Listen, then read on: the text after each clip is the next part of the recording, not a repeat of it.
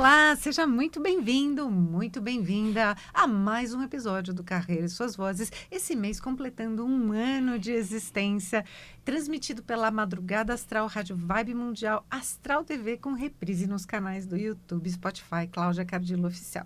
Eu sou Cláudia Cardillo e hoje eu trago um tema que é novidade no mercado, mas que já está sendo muito comentado, que é uma nova soft skill, uma nova habilidade que as pessoas precisam adquirir no mercado, principalmente no mercado corporativo, que é a inteligência cênica. Para falar sobre esse assunto, eu trago o especialista Ronaldo Loyola. Seja muito bem-vindo. Muito obrigado, Cláudia. Eu estou aqui à disposição e eu vou falar aí sobre algo inédito dentro do mundo corporativo e nesse contexto aí da área de pessoas. Principalmente porque você fala sobre o palco invisível do mundo corporativo, é isso? Exatamente. É uma competência técnica. Explica melhor para o nosso público, mas antes de explicar, eu quero que você fale quem é você e como é que você chegou até esse momento.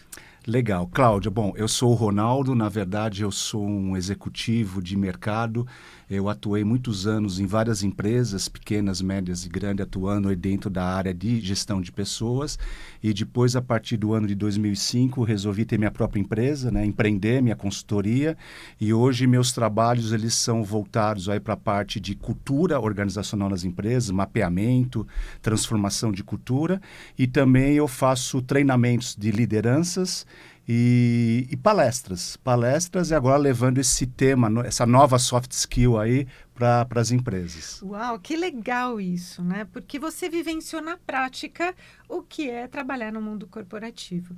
Essa inteligência cênica, ela é sua?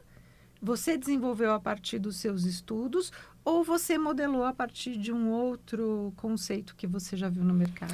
Não, na verdade a inteligência cênica, esse conceito surgiu da minha experiência de todos esses anos no mundo corporativo, que a gente faz aquele paralelo, né? O mundo corporativo é um grande teatro, e nesse teatro, como que a gente deve se portar? Algumas vezes a gente vai ser o protagonista dentro, né, da empresa, algumas vezes nós vamos atuar como coadjuvante, como figurantes, como plateia, enfim. Então, é um conceito novo, né? Não é conceito que fala de inteligência emocional ou outras soft skills.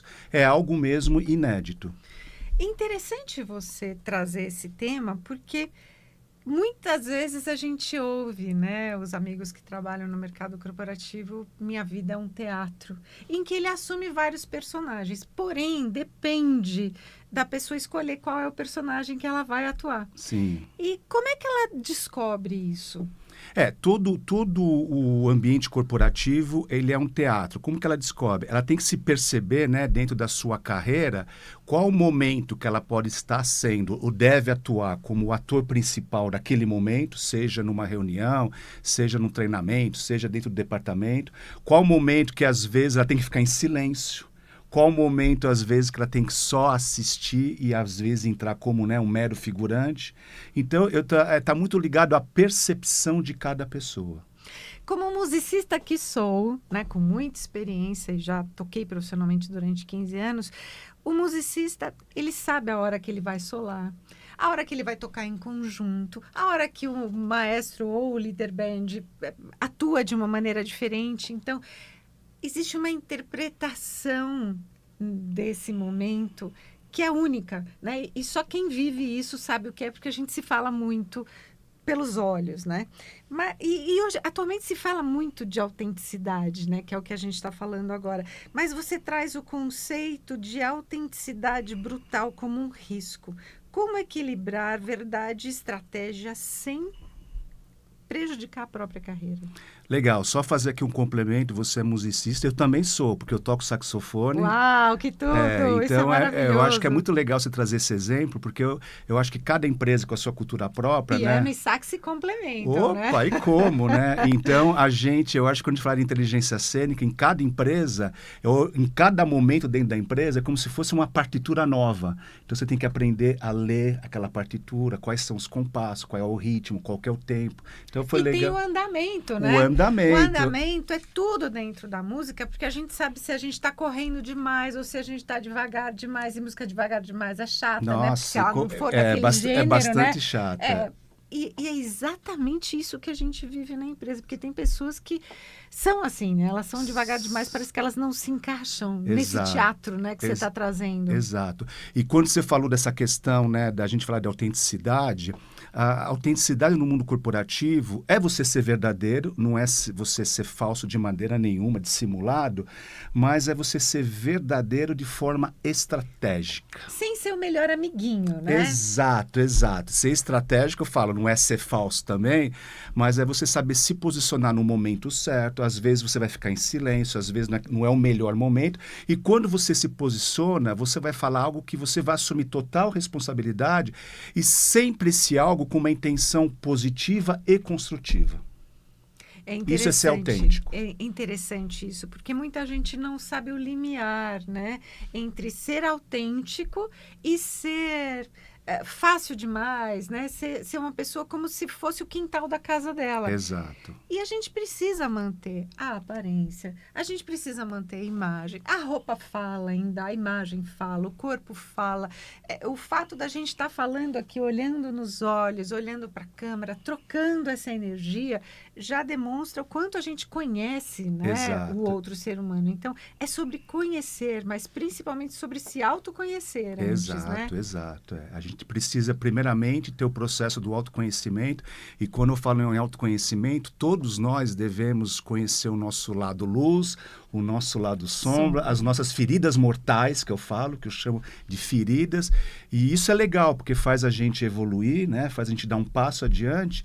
E quando a gente consegue ter esse entendimento de uma forma mais profunda, a gente consegue o quê? Acolher melhor o próximo e se portar melhor no ambiente que a gente está. Eu costumo dizer que quando a gente se autoconhece, a gente rompe com as crenças limitantes e a gente se empodera. Né? Porque a gente sabe até onde a gente pode chegar, não só com a gente, mas com o outro também, né? E nós estamos vivendo num momento em que a NR1 é novidade no Brasil, ela está sendo implantada, né? Principalmente porque o governo treinou fiscais para poder regulamentar as empresas. De que forma que a inteligência cênica ela pode ajudar a prevenir o desgaste emocional, conflitos silenciosos e até problemas como burnout dentro das organizações? Bacana. Fala-se em burnout, inclusive eu tenho uma experiência própria vivida por mim, porque eu tive burnout, né? Eu como executivo, que na verdade o burnout é uma exaustão, né? Que você vai aguda, que você não consegue fazer absolutamente nada.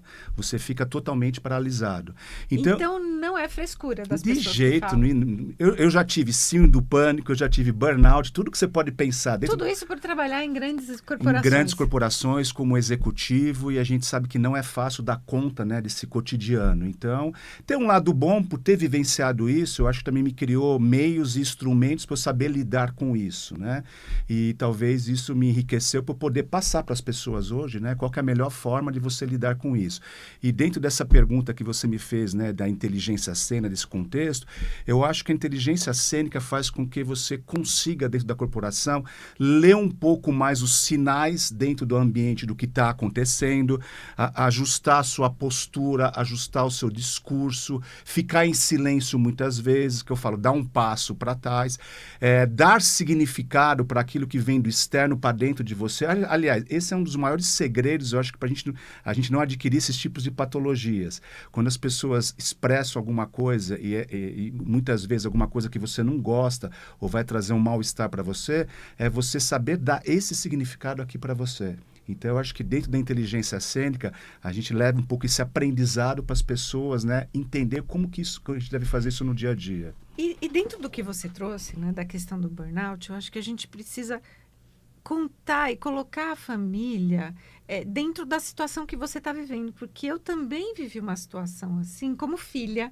Meu pai, eu tinha 15 anos, meu pai era diretor de banco, diretor de leasing de um grande banco de investimentos, e ele falava, eu estou muito cansado, eu não quero mais trabalhar no banco, são 30 anos de banco, e ele já era psicólogo, né? Além de administrador de empresas, ele fez uma migração de carreira e abriu um consultório. Mas a gente, como filha, não conseguia entender a palavra cansado, qual era a abrangência disso, né? Sim. Você acha que é importante, dentro do teatro familiar também, a pessoa compor isso com a família? Com certeza, porque tem muita gente que não entende, né, esses tipos de patologias e como a gente deve lidar com essas patologias. Então, eu vou dar um exemplo. O pânico. Quando você tem um surto, um ataque de pânico, o que mais você precisa é da sua família ou alguém do seu lado. Para quê? Para falar algumas palavras e te acalmar. Principalmente com o seguinte speech: calma que você não vai morrer. É só isso que a gente quer escutar. Porque quem está no surto de pânico acha que vai morrer. Estou dando um exemplo pequeno, tá? Então, a família tendo consciência o que significa esse tipo de patologia, fica muito mais fácil, né, você receber, né, esse aconchego, esse acolhimento, e você até se curar, né? Exatamente. Você me fez lembrar, né, de que quando a gente é criança, né, tá correndo e cai, a mamãe fica, calma, vai passar, né, vai passar. É exatamente isso, né? Sim. Você precisa do acolhimento da outra Exato. pessoa, né? E a gente vê acontecer isso muito porque as pessoas, elas trazem dores e erros que são invisíveis, né? Sim. Quando você fala em teatro invisível, quais são os erros mais comuns que os profissionais cometem nos bastidores e que acabam comprometendo as suas carreiras sem que elas percebam? Dentro do mundo corporativo, né, muitas pessoas cometem erros, eu diria, nem tanto até dentro do palco, às vezes até nos bastidores. Que tipo de erros? Às vezes críticas que você faz com a liderança, críticas dentro, né, de um ambiente que é o bastidor. Tipo, crítica positiva existe? É crítica, né? Então, às vezes você fala verdades em momentos errados, também faz com que, né, você acaba tendo, nesse teatro invisível, você acaba cometendo um erro. Muitas vezes o seu posicionamento que você tem, que é às vezes confundir o teu conhecimento técnico com influência. E não é. Você pode ter o conhecimento técnico, mas às vezes essa influência tem que se dar por uma outra maneira, não pelo seu conhecimento técnico. E também... E sim por relacionamento, né? Isso, e às vezes até ignorar as políticas organizacionais, achar que você está acima de tudo. E não, toda empresa tem a sua política, tem os seus ritos, né, internos, que você tem que ter disciplina, tem que ter responsabilidades. Então eu falo assim, esse teatro invisível é como se fosse um jogo de xadrez. A gente tem que saber posicionar as peças, saber jogar, antever, né, as jogadas futuras, fazer uma leitura dos seus demais pares, dos outros executivos, porque a gente está lidando dentro de um tabuleiro. Até porque tem também uma comunicação invisível, que é a fofoca, né, dentro de empresa. E se a pessoa ela não sabe se separar da fofoca, ela realmente acaba pedindo demissão, Sim. né? Porque ela não tem estrutura para isso, né? Exato. Eu já trabalhei em grandes multinacionais que eu tive ao meu lado pares que pediram demissão por não saber lidar com essa comunicação invisível que está por detrás das portas, de trás das janelas, de trás das paredes, né? Exato. E quando você fala em fofoca, também até dentro, né, do contexto da inteligência cênica, eu falo um pouquinho no livro, eu falo que a fofoca ela passa por 4 estágios dentro da corporação. Uau, conta pra gente aqui também que eu quero saber. O primeiro estágio, eu falo que é o processo alucinatório.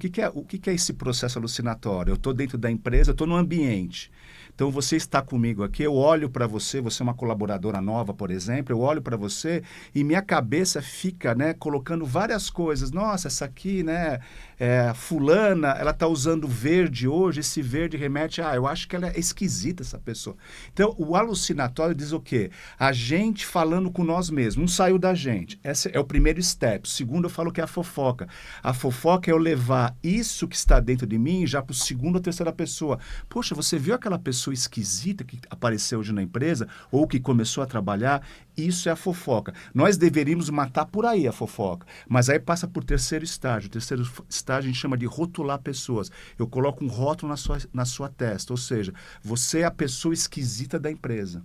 E o último estágio, eu acho que é o estágio mais primitivo, até podre do ser humano, que é o preconceito. O preconceito as pessoas não vão mais te chamar para tomar um café, não vão querer almoçar com você, porque você já está rotulada com aquilo que foi colocado lá atrás e as pessoas começam a te evitar. Pra você ver como que fofoca é algo terrível. Vamos fazer um review, porque é muito importante isso que você trouxe e tem muito a ver com essa minha amiga que trabalhou como minha par e pediu demissão. Sim. Então, o primeiro estágio é aquilo que a pessoa pensa e está dentro dela. Está dentro não dela. Não saiu ainda dela. Então, o exemplo da roupa verde, ou sapato verde, que foi exatamente isso que aconteceu com ela, que ela foi com sapato verde. Sim. Chamaram ela de duende. E a partir daí, Peter Pan e não parava, né? Sim. A outra questão, que é o segundo estágio, é... É o estágio da fofoca. É quando você partilha aquela percepção que está dentro de você com a segunda pessoa, com a terceira, Ai, com a vem cá quarta. que eu vou te contar uma fofoca. Isso. A terceira... A terceira é quando você coloca o rótulo. O rótulo é uma etiqueta na testa da pessoa que você colocou lá. Ah, é a Duende, é a Peter Pan. Você botou já na testa da pessoa o apelido, né? Ou aquela coisa que a pessoa... Nem ela está sabendo que tem aquele apelido. Para ela, ela anda pela empresa, mas todo mundo já tem ela rotulada. E o quarto? O quarto é o mais terrível. Um quarto mais terrível é quando você não a convida para almoçar, porque ela já está rotulada lá como uma doente, como uma pessoa diferente. Quando você não convida, está dentro de um café na empresa, essa pessoa chega, todo mundo vai embora. Então, é o estágio que eu falo mais primitivo, né, do ser humano. Que você começa o quê? A ter o preconceito dela. Tira essa pessoa de perto de mim. E como lidar com isso? Porque é inerente ao ser humano a Sim. fofoca. Isso já é dos tempos dos primórdios, Sim, né? sim. Já existia isso, né?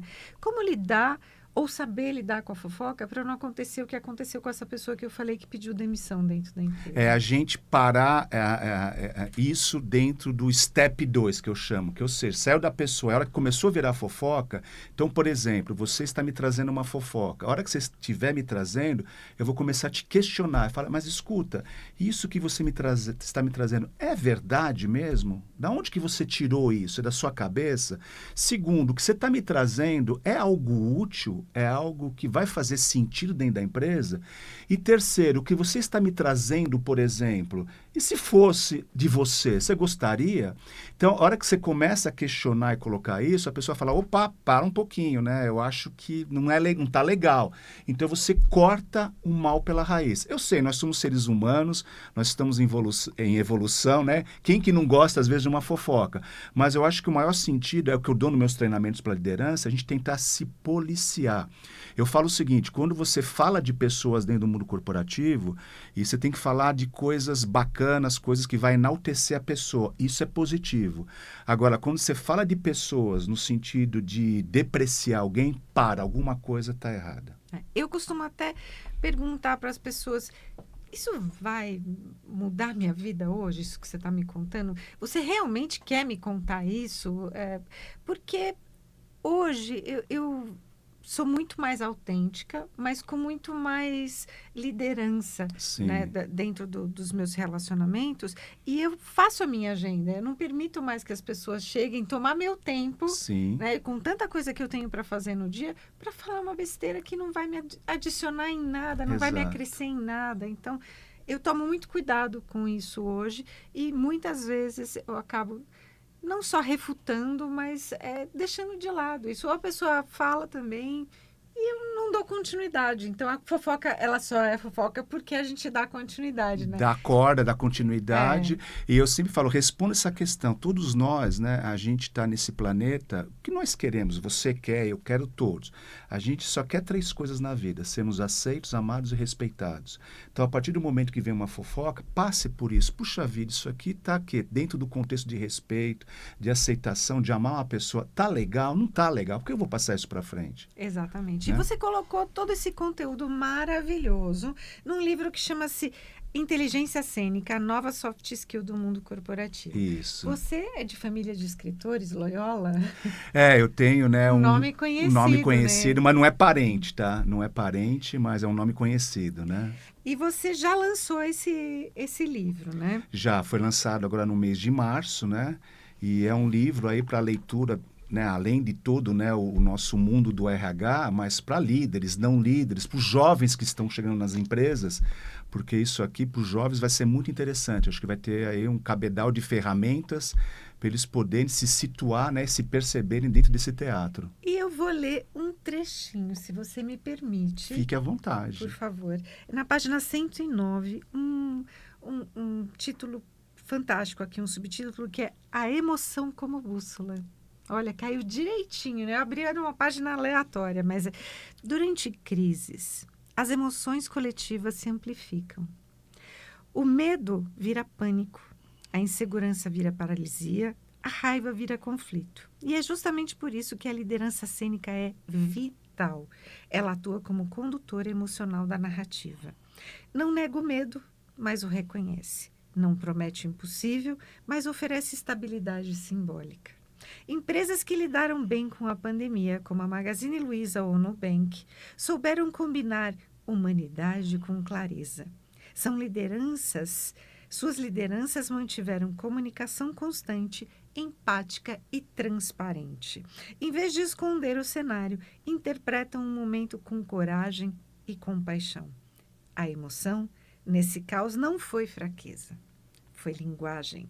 Foi a ponte que manteve o vínculo humano no meio da distância física. Que bonito, Exatamente Ronaldo! isso. Chega a ser poético. Seja ser poético, inclusive aí no meio tem até algumas citações filosóficas também e poéticas, né? Porque Que é isso, é legal. inteligência cênica, Bárbaro, né? amei. Esse exemplar já é meu, mas onde as pessoas encontram o livro para poder comprar e entender mais sobre inteligência cênica? Legal, hoje já está em várias livrarias, na Amazon também, principalmente, né? Tem esse livro.